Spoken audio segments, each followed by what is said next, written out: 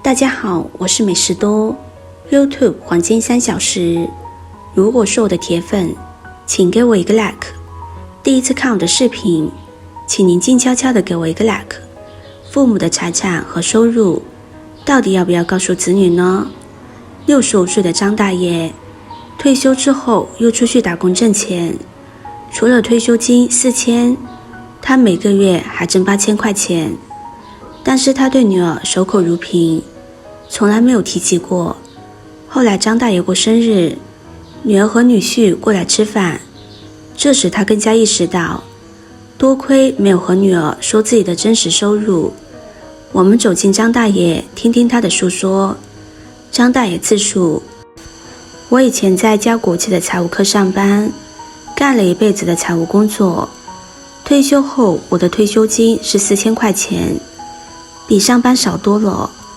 我的老伴多年前就下岗了，后来他的养老保险是我们自己交的，所以他的养老金比较低，只有1500块钱。我和老伴2个人的退休金合起来才5500块钱，这让我们感受到了前所未有的紧张。这些钱吃喝是没有问题的，但是如果遇到生病这样的大事，那就麻烦了。说到这里，肯定有人会纳闷，你一辈子就没攒下点钱吗？别急，听我慢慢说。我家只有一个女儿，女儿没有考上大学，只读了个技校，回到县城一家工厂上班。本来我一个同事的儿子看中了女儿，我们准备结为亲家的，可是女儿却和他一个同学交往密切，后来告诉我们，他和这个小伙子在谈恋爱。小伙子是大学毕业的，毕业之后进入了我们县城的事业单位工作。他家在我们县城西部山区，下面还有2个弟弟，日子应该过得比较拮据吧。这个未来的女婿家庭一般，但是我和老伴都非常支持女儿的选择。在我的心目中，我非常尊重有知识有文化的人，觉得他们素质高有涵养。女儿结婚的时候，本来他们打算租房子的，但是我和老伴还是掏出了所有的积蓄，给女儿首付了一套120个平方的电梯房。女婿非常感激，他对我们说，爸爸妈妈，你们能拿出几十万来给我们买房子，我们非常感激，以后我们会好好给你们养老的。我和老伴非常欣慰，我们只有这个女儿，我们肯定得指望女儿养老啊。女儿结婚之后，每当我们去他们家的时候，我们从来不空手。当时我的工资还比较高，我们都会买上牛肉或羊肉，还会买上女婿喜欢喝的一种果汁，专门送给他喝。女儿和女婿的态度都很热情，因为他们知道我们经常给他们买东西，就省了他们的生活费。女婿甚至说，将来等我们老了，生活不能自理的时候，就让我们去他家里住，在他家里养老。我们听了心里暖乎乎的，觉得自己这是上辈子修来的福气，遇到了愿意给我们养老的女婿。女儿家有了外孙之后，都是老伴帮着带起来的。老伴带孩子那几年，我们出钱又出力，外孙上了幼儿园之后，还是由老伴接送孩子。外孙上兴趣班、学钢琴和学口才的费用，都是我们出的。那些年，我的工资基本上补贴了女儿家。说到这里，大家应该明白了。退休后，我们的手里几乎没有积蓄。我1个月4000块钱的退休金，真的让我们心里发慌了。由于我一辈子从事财务工作，有相关的证件，我就寻思着得再出去找份工作干，趁着现在身体好，得抓紧攒点。很快我打听到了一个老朋友的儿子，开了一家公司，他们正想找一个有丰富财务经验的人过去帮忙。我把自己的想法说了之后，老朋友的儿子非常愿意，他希望尽快过去，帮他把财务工作理顺。他招聘了几个年轻的大学生，但是缺少实际工作经验让他非常焦心。我干了一辈子财务工作，最大的特点就是耐心、细心而又严谨。虽然我一年过60，可是只要工作起来我就特别投入。老朋友的儿子看到我把财务工作干得井井有条，所有的账目都弄得清清楚楚的，他非常满意，给我开出了1个月8000块钱的高薪。我非常珍惜这次工作机会，我得对得住人家给我的这8000块钱啊。那天女儿和女婿带着外孙来我们家里吃饭，我也刚刚下了班，老伴炒了好几个菜，我们一起吃饭。那几天我工作稍微忙碌一些，有些疲惫了，我就倒上了一杯红酒，也给女婿倒上一杯。这时女婿问我，爸爸，您退休金多少钱呢？我随口说了4000块钱。他说我那比上班的时候少了不少啊。我说我们毕竟是企业，肯定由于养老保险交的少，所以现在又领的少呗。女儿和女婿一听我的退休金只有4000块钱，他们明显感觉到有些失望。女婿说，爸爸，您这4000块钱真不多呀，那比起以前来少多了，那是不是咱们的生活水平也得下降了呀？我有些失望。女婿的意思很明显，那就是我们再也不能像以前那样大把花钱帮他们了。这时候老伴正要张嘴说话，我知道他想说什么，他肯定是想告诉我女儿女婿，我又在外面打工，1个月挣8000块钱。我在桌子底下把老伴的脚踩了一下，用胳膊肘戳了戳他。老伴看了看我，我们对视了一下，老伴点点头，什么都没有说。女儿和女婿走了之后，我对老伴说，我就忘了嘱咐你，咱们可不能把我在外工作挣8000块钱的事说出去啊！如果女儿和女婿知道了，再花我们的钱怎么办？我们以后养老那可就困难了。老伴也点头称是，毕竟我们手里没有钱，心里发慌啊。从那以后，有时候女儿来了，看见我不在家，就问我去哪里了。老伴就告诉他，你爸去找老朋友聊天了，或者说你爸去湿地公园散步了。慢慢的，我发现了一个问题，女儿和女婿都不再像以前那样对我们热情了。以前的时候，女儿还会给我买件衣服，或者买点老伴喜欢吃的水果拿过来。当然，我们从来不会让她白花钱，我经常给女儿发个200、300的红包。可是现在她很少给我们买东西了。有一次我们去女儿家的时候，是空着手去的。到了之后，女婿先看了看我们手里是否拿东西。当他看到我们什么东西都没有带的时候，他立刻表现出非常失望。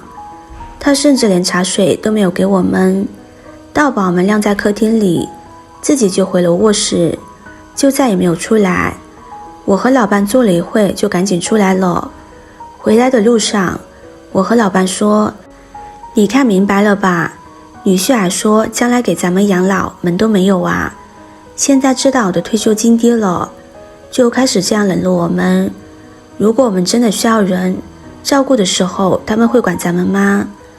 老伴摇了摇头说，真是世态炎凉啊。以前你挣钱多的时候，他们对咱们很热情，因为经常给他们花钱。现在你退休了，知道你退休金低了，就开始对我们冷眼相待。我安慰老伴说，咱们不管那些了，先把自己的生活经营好，多攒点养老钱，这才是正事。从那以后，我和老伴再也不给女儿家买东西了。我们得好好的攒养老钱，没有养老钱怎么养老啊？不幸的是，老伴在65岁那年突然查出得了肺癌。由于那几年老伴身体一直很棒，平时我们也没有做过体检，这成了我们永久的痛苦和遗憾。老伴查出来的时候已经是晚期了，早已失去了手术机会。老伴是在医院里走的，住院的那2个月，我和公司的领导请了假，我说了家里的特殊情况，他们非常理解我，说等我什么时候想回去上班的时候，随时欢迎我回去。那2个月，我衣不解带照顾老伴，女儿有时候来提提让我休息一会。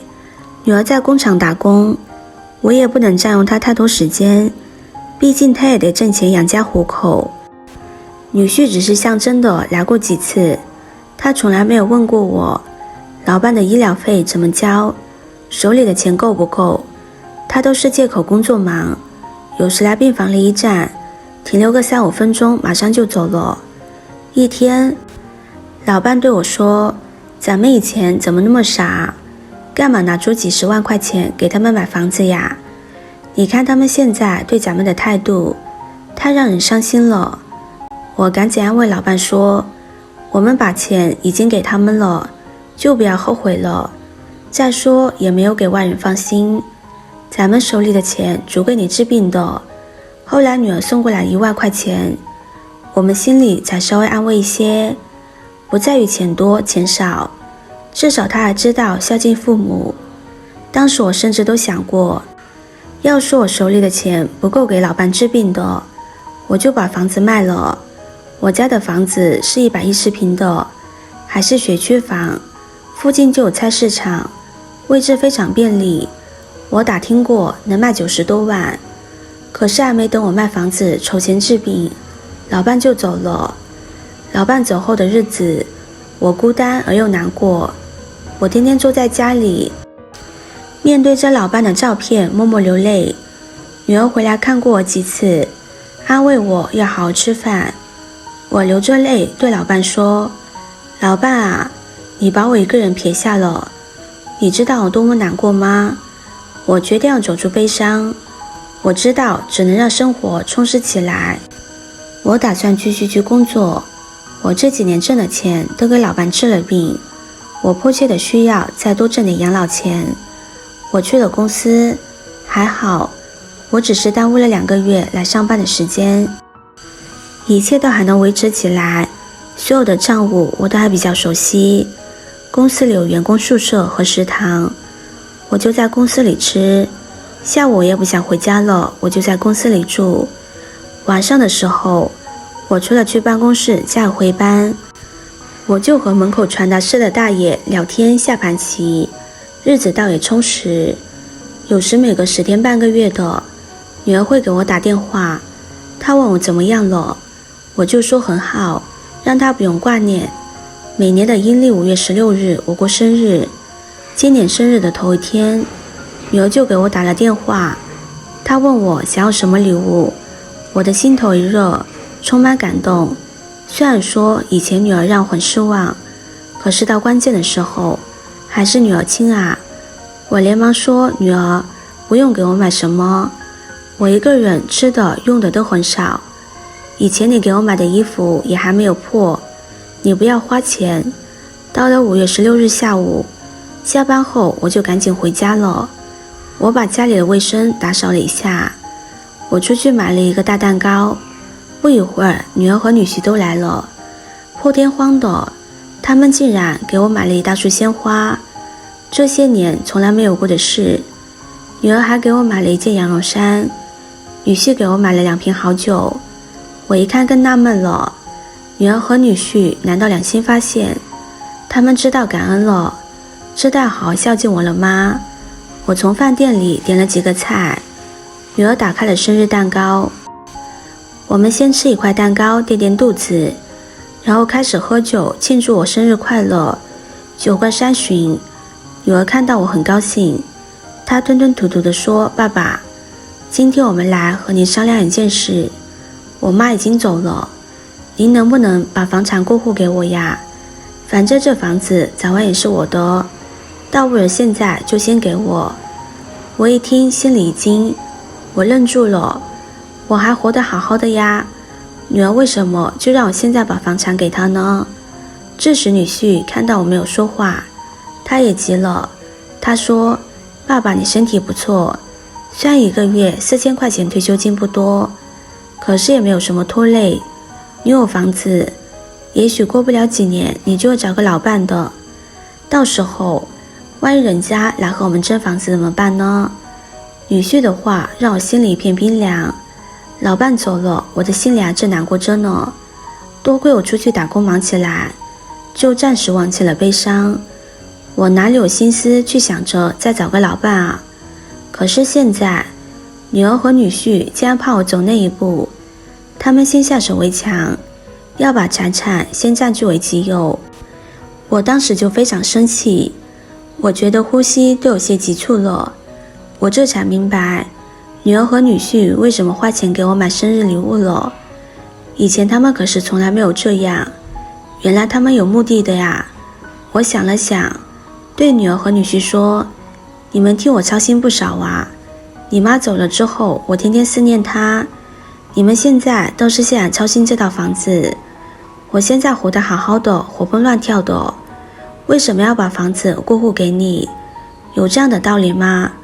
女儿看见我生气了，她小声的辩解说，爸爸，我也没有别的意思，我们就是怕你要再找个老伴，当你100年之后财产方面会有麻烦的。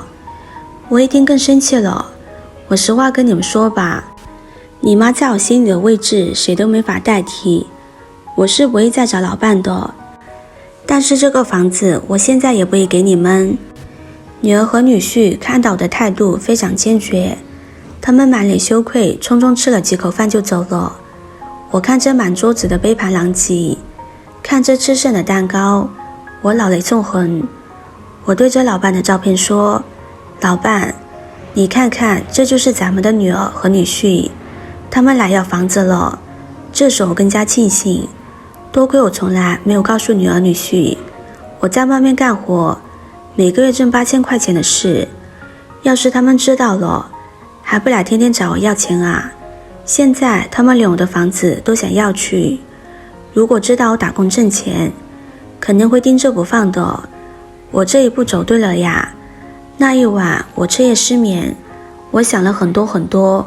我知道我的养老只能我一个人来面对了，女儿和女婿很可能指望不上了。老伴走后，我的退休金也几乎花不着，因为我在公司里吃住在公司里，每个月的8000块钱我都一分没动。我的卡上也攒了一部分钱了，但是我知道我不可能在公司里一直干下去的，毕竟年纪摆在那里，我可能再干个几年就干不动了。可是我手里的这些钱可能还不够养老的，因为如果生病住院的话，我得花钱请护工，我们这里护工一天就得300多块钱。我的依靠只有这套房子了。我做好了打算，马上就把房子卖掉，省得女儿和女婿惦记着。既然他们心里根本没有我，我也就没有必要把财产留给他们。我说我给他们的也不少了，足以对得住他们了。但是毕竟卖房子是大事，得经过女儿同意，我得提前让女儿知道。女儿来了，我告诉女儿我老了，需要攒些养老钱，卖了房子我打算住到公司里去，再干几年给自己多攒些钱，到时候我就去养老院。我以为女儿也许会反对我卖房，但她却没说什么，只是表示卖房子时她会配合我办手续。这件事对女儿触动很大，我发现她的眼圈都红了。我把房子挂到了中介，不到半个月就卖出去了，和我预想的差不多，卖了92万。房子卖掉后，我打算给女儿一部分钱。这时女儿哭了，她说，爸爸，现在房子卖了，我才知道这个家彻底没了。我非常难过，我反思了自己，如果以前我们好好对待您，您就不会卖房子的。我们太自私了，对不住您了。爸爸您放心，以后我会好好孝敬您的，把以前的过错全部弥补过来。妈妈走了，我们爷俩才是最亲的人。女儿没有要卖房子的钱，她说让我留着养老。我的心里再一次掀起波澜。女儿终于懂事了，以后她有困难时我还是会帮她的，只不过不会再像以前那样没有节制的为他们花钱了。我只带走了衣物、家具、家电，送给新的房主。我在公司里常住了下来，我打算大概3年我就辞职不干了。现在我的手里有100多万存款，再加上每月4000多块钱的退休金，养老应该没问题了。我已经打听好了，在市里有一家养老院，条件比较好，我打算就在那里度过一生了。还好我还能继续工作挣养老钱，我也多亏有这套房子，卖房子后的积蓄，以后会保障我安度晚年。女儿和女婿对我也比以前强多了，他们经常来公司看望我，逢年过节就把我接到他们家住几天。女儿毕竟是我最亲的人，我的心里早已经原谅了她。她多次表示她家里宽敞，不让我去养老院。我说到时候再看情况吧，如果以后真的在女儿家养老，女儿和女婿好好对待我，我会把这100多万慢慢的花给他们，毕竟我住养老院也得花钱，但是我不会一次性给他们的。我这里给老年朋友们提个醒，我觉得退休之后，只要还能有工作能力，能干就多干一点，这样不但生活充实，还可以给自己多攒点养老钱。再就是自己的经济状况，不要轻易全都告诉子女，给子女钱也不能倾囊相助，尤其是房子，一定不能提前给子女，要留给自己养老用。当你手里有钱的时候，才会有尊严，自己的晚年才能自己做主。但愿我们都能安度晚年。这就是张大爷的故事。即使张大爷的女儿、女婿曾经许诺过要给他们老2口养老，张大爷还是留了个心眼，没有告诉女儿、女婿自己的全部收入，并且坚定守住了自己的房产，手里有了足够的积蓄，张大爷才能做主自己的晚年，依靠自己养老，才能在与女儿、女婿打交道的时候获得自主权。大家赞同张大爷的做法吗？今天的分享就到这里了。制作视频不易，如果您觉得今天的分享对你有帮助的话，可以分享给身边的朋友，别忘记点赞、收藏，点击我的头像，可以看到更多的精彩内容。我们下个视频见啦！